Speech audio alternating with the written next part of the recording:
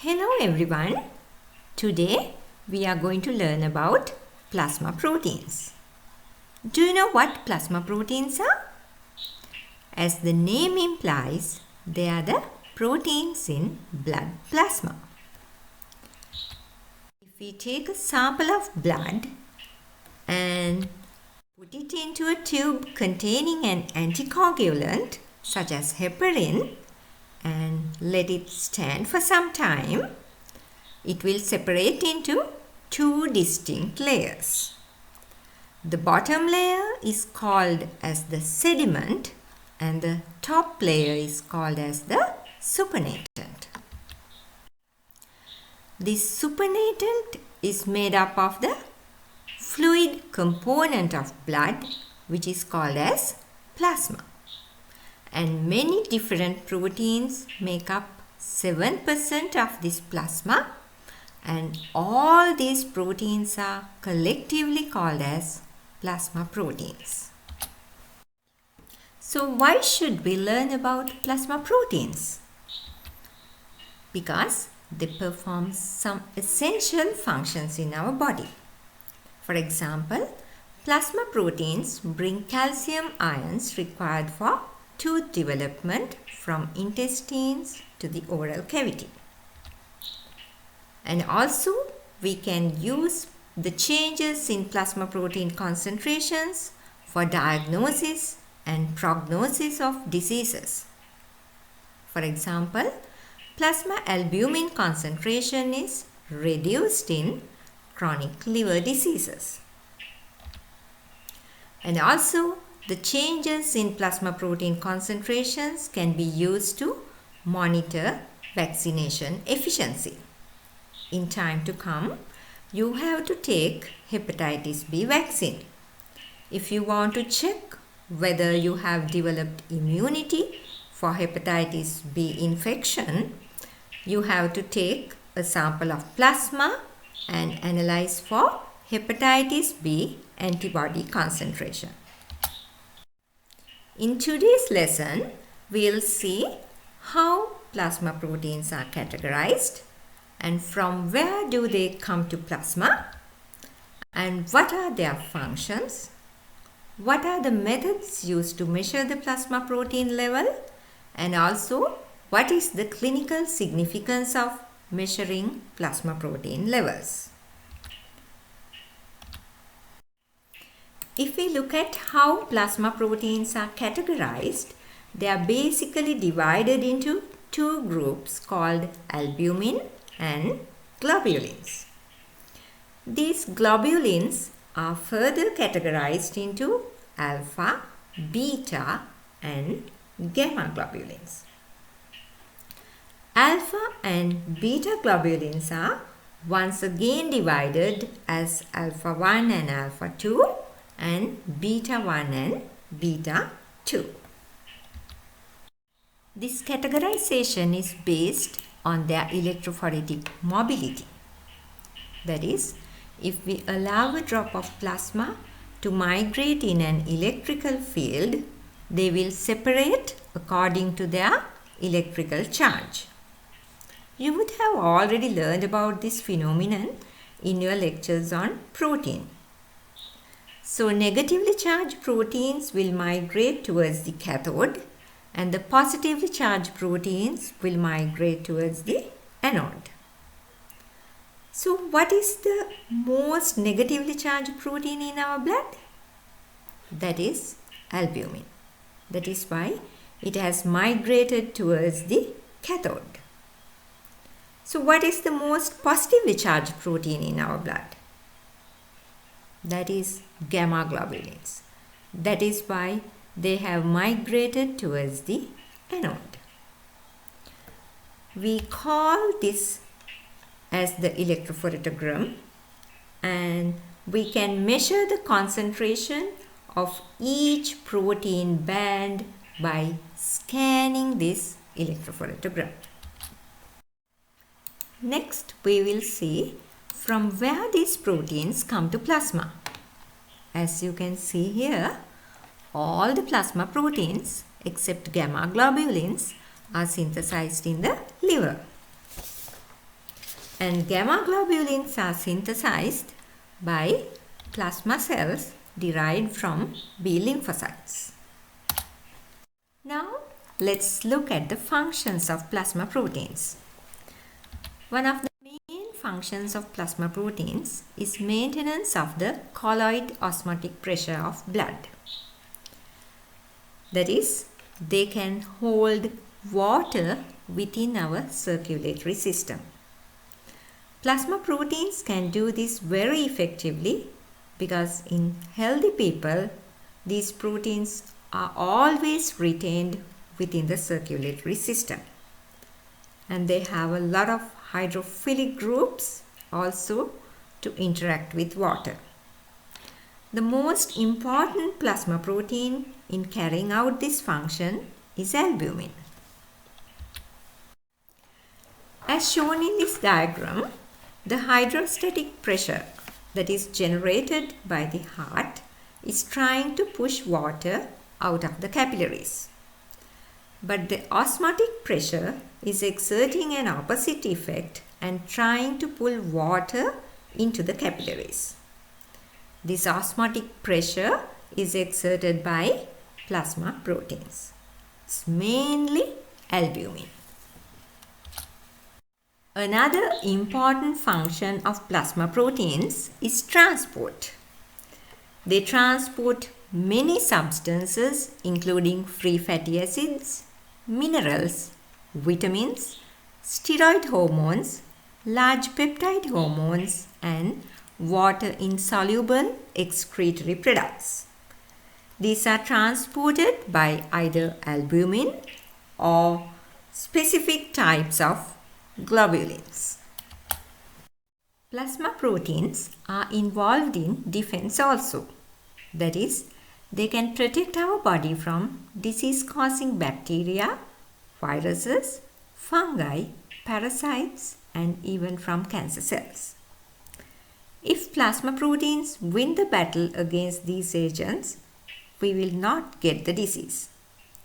If plasma proteins lose the battle, we will definitely get the disease. Our plasma proteins can act as buffers also. That is, they can neutralize excessive amounts of hydrogen ions and hydroxyl ions entering into our blood and maintain our blood pH around 7.4. Plasma proteins are involved in hemostasis also. If we have an injury to our blood vessels, plasma proteins such as fibrinogen and prothrombin help to stop bleeding by making a blood clot. In this process, first prothrombin is converted to its active form, that is thrombin. And thrombin activates fibrinogen to fibrin and form the fibrin meshwork, which will trap the blood cells and form the blood clot. Do you know what will happen if blood coagulation continues after repairing the damaged blood vessel? The expanding blood clot will block the blood vessel completely and cut down the oxygen and nutrients to the tissues beyond that point. This will be very dangerous. Therefore, when the damaged blood vessel is repaired, the blood clot should be dissolved. A plasma protein named plasmin enzymatically dissolves the fibrin meshwork and removes this blood clot. Now, let's look at the methods used to measure the plasma protein levels. If we simply want to measure the total amount of proteins and the albumin and globulin levels in plasma, we can use simple chemical tests such as the Biuret test, together with a special device called a spectrophotometer.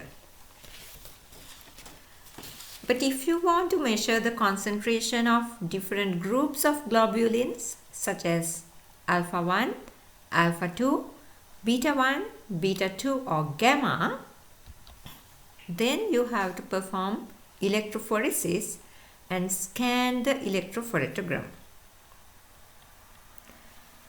And if you want to measure the concentration of an individual protein, such as COVID-19 specific IgG in your serum, then you have to use an immunochemical method such as enzyme-linked immunosorbent assay. I'm not going to discuss these tests in detail because we have to do a practical on estimation of plasma proteins once you come back to the university. Once you measure the plasma protein concentration, we have to interpret the results. If it is within the normal reference range for the population, we call it normoproteinemia. In this term, normo means normal and emia means blood. So, normoproteinemia is normal concentration of protein in blood. If it is below the normal range, we call it hypoproteinemia. And if it is above the normal range, we call it hyperproteinemia. Now, it's time to take a couple of examples and understand how deviations in plasma protein levels can be used in clinical practice.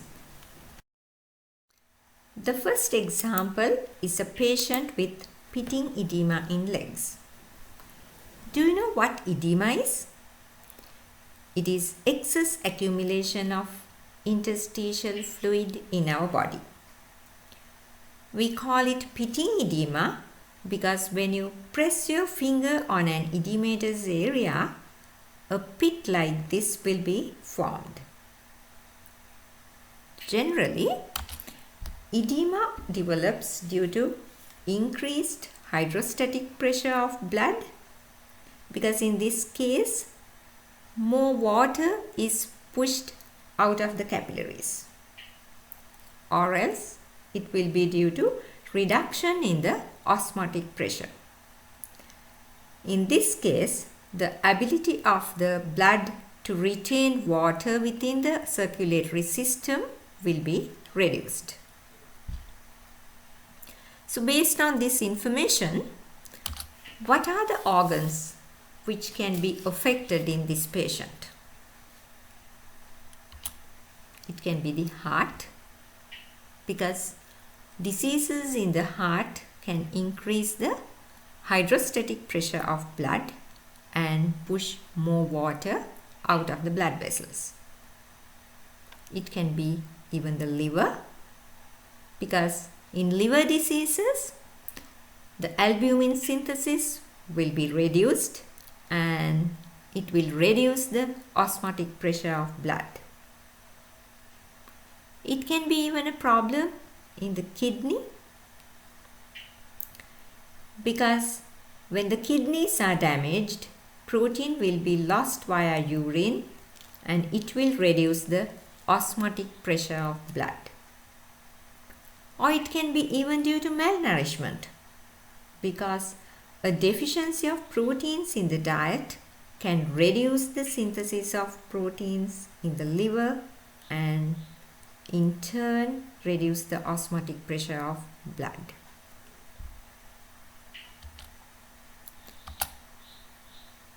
When we examine the laboratory reports of this patient, his plasma protein level was found to be low.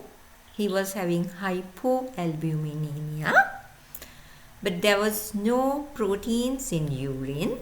That means there is no loss of proteins from the kidneys, and his heart functions also were normal.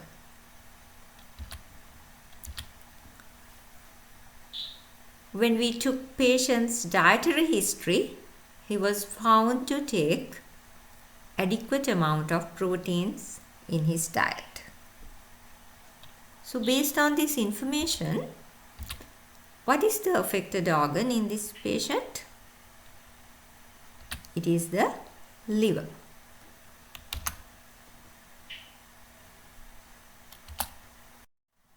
The second example is a patient with a swollen elbow. He was treated with a particular medicine, and let us call it as X. His plasma C-reactive protein level was measured before treatment and 1 week after treatment.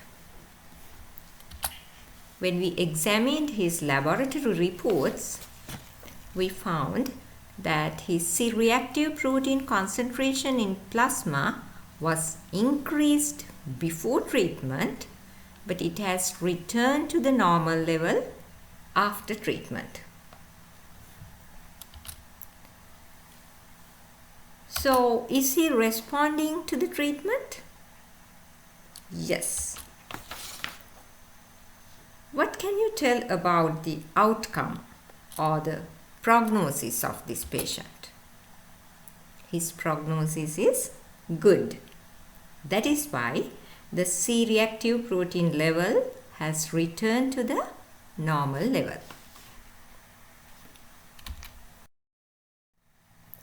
There are certain other instances where abnormal proteins may appear in plasma.